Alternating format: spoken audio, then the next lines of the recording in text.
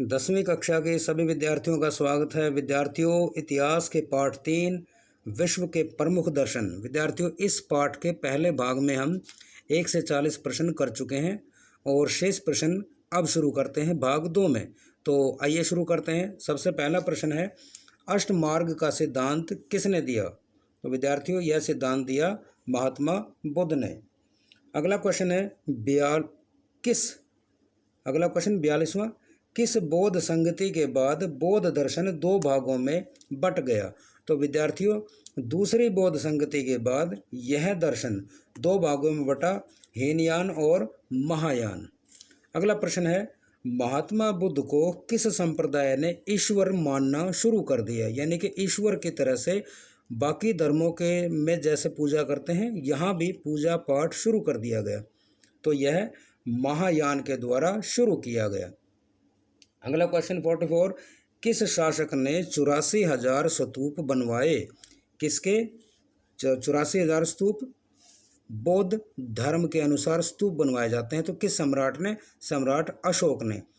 अगला प्रश्न, पारसी दर्शन का संस्थापक कौन था? तो विद्यार्थियों, पारसी दर्शन का संस्थापक आर्यों के ईरानी शासक जो पैगंबर थे जरथुस्त्र ने फारस में इस दर्शन की स्थापना की। फारस यानी कि ईरान के अंदर। अगला क्वेश्चन, जरथुस्त्र का जन्म कहाँ हुआ? तो विद्यार्थियों, अजरबैजान में। और अजरबैजान जो है ईरान के में एक शहर है, एक प्रसिद्ध शहर है। अगला क्वेश्चन है, जरथुस्त्र के पिता व माता का नाम बताएं। तो विद्यार्थियों, इनके पिता का नाम था पोम शशपा और माता का नाम दुधधोवा। अगला क्वेश्चन, जरथुस्त्र को कब और कहाँ ज्ञान की प्राप्ति हुई? तो विद्यार्थियों, इनको 30 वर्ष की आयु में सबलान पर्वत पर ज्ञान की प्राप्ति हुई, ऐसा माना जाता है। अगला क्वेश्चन है, किस दर्शन ने आत्मा के अस्तित्व को नकार दिया? तो विद्यार्थियों, वह दर्शन है बौद्ध दर्शन, यानी कि जो आत्मा के अस्तित्व को नहीं मानता। अगला क्वेश्चन है, अहूर मज़दा यह क्या है? तो विद्यार्थियों, अहूर मज़दा पारसी धर्म में दैवी शक्तियों के प्रतीक को अहूर मज़दा कहा जाता है। दैवी शक्तियों के जो प्रतीक हैं उनको अहूर मज़दा कहा जाता है। अगला क्वेश्चन, पारसी दर्शन का सर्वोच्च देवता कौन है? तो सर्वोच्च देवता है विद्यार्थियों कौन? सूर्य। अगला क्वेश्चन, अहरिमन क्या है? तो अहरिमन विद्यार्थियों, पारसी धर्म में जो दानवीय शक्ति होती हैं उनको अहरिमन कहा जाता है और जो दैवीय शक्ति होती हैं उनको अहूर मज़दा कहा जाता है। तो ये दोनों प्रश्न हैं, ये बड़ा ध्यान से इनको याद करें। ये प्रश्न आपके पेपर के लिए काफ़ी महत्वपूर्ण होने वाले हैं। अगला क्वेश्चन है 53, दखमा या टावर ऑफ साइलेंस क्या है? तो विद्यार्थियों, एक ऊंची मीनार पर मृतक को मरने के बाद उसके शरीर को चील और गिद्धों के लिए नोचने के लिए छोड़ दिया जाता था। उस ऊंची मीनार को दखमा कहा जाता था और यह जो परंपरा थी यह पारसी धर्म के अनुसार थी। इसमें जो बाकी बची हुई हड्डियां होती थी उनको उतार करके मिट्टी में दफन कर दिया जाता था। अगला क्वेश्चन है क्वेश्चन नंबर 54, ये बिल्कुल आपके सामने। यस, भारत में पारसी दर्शन को मानने वाले कब और कहाँ पहुँचे? तो विद्यार्थियों, ये लोग सबसे पहले गुजरात के काठियावाड़ में पहुँचे और काठियावाड़ में कहाँ? गांव दीव में पहुँचे और उसी के बाद ये शेष भारत में स्थानांतरित हो गए, यानी कि अलग अलग जगह पे चले गए।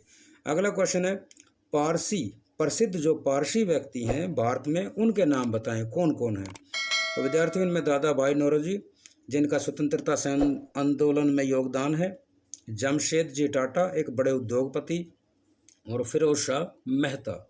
अगला क्वेश्चन, अपने से कम संपन्न व्यक्ति की मदद करो, यह संदेश किस धर्म का है? तो यह संदेश है विद्यार्थियों पारसी धर्म का या पारसी दर्शन का।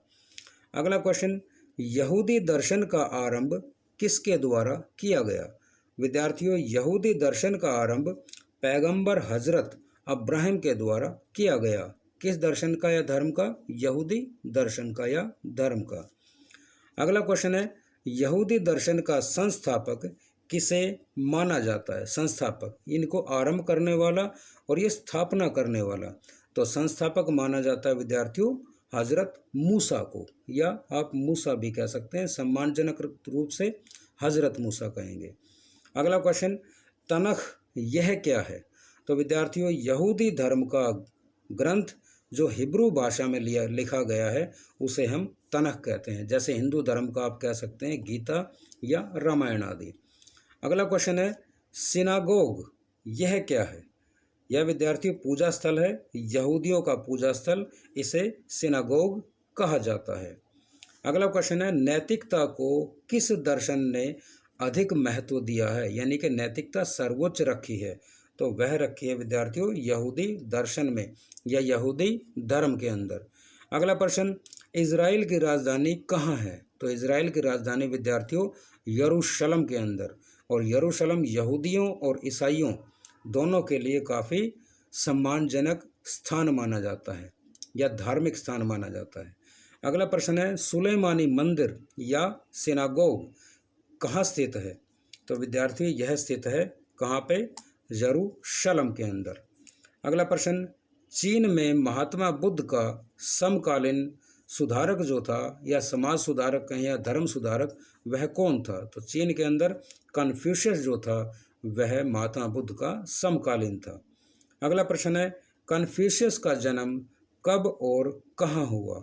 तो विद्यार्थियों कन्फ्यूशियस का जन्म 550 ईसा पूर्व में चीन के शानदांग प्रांत में हुआ।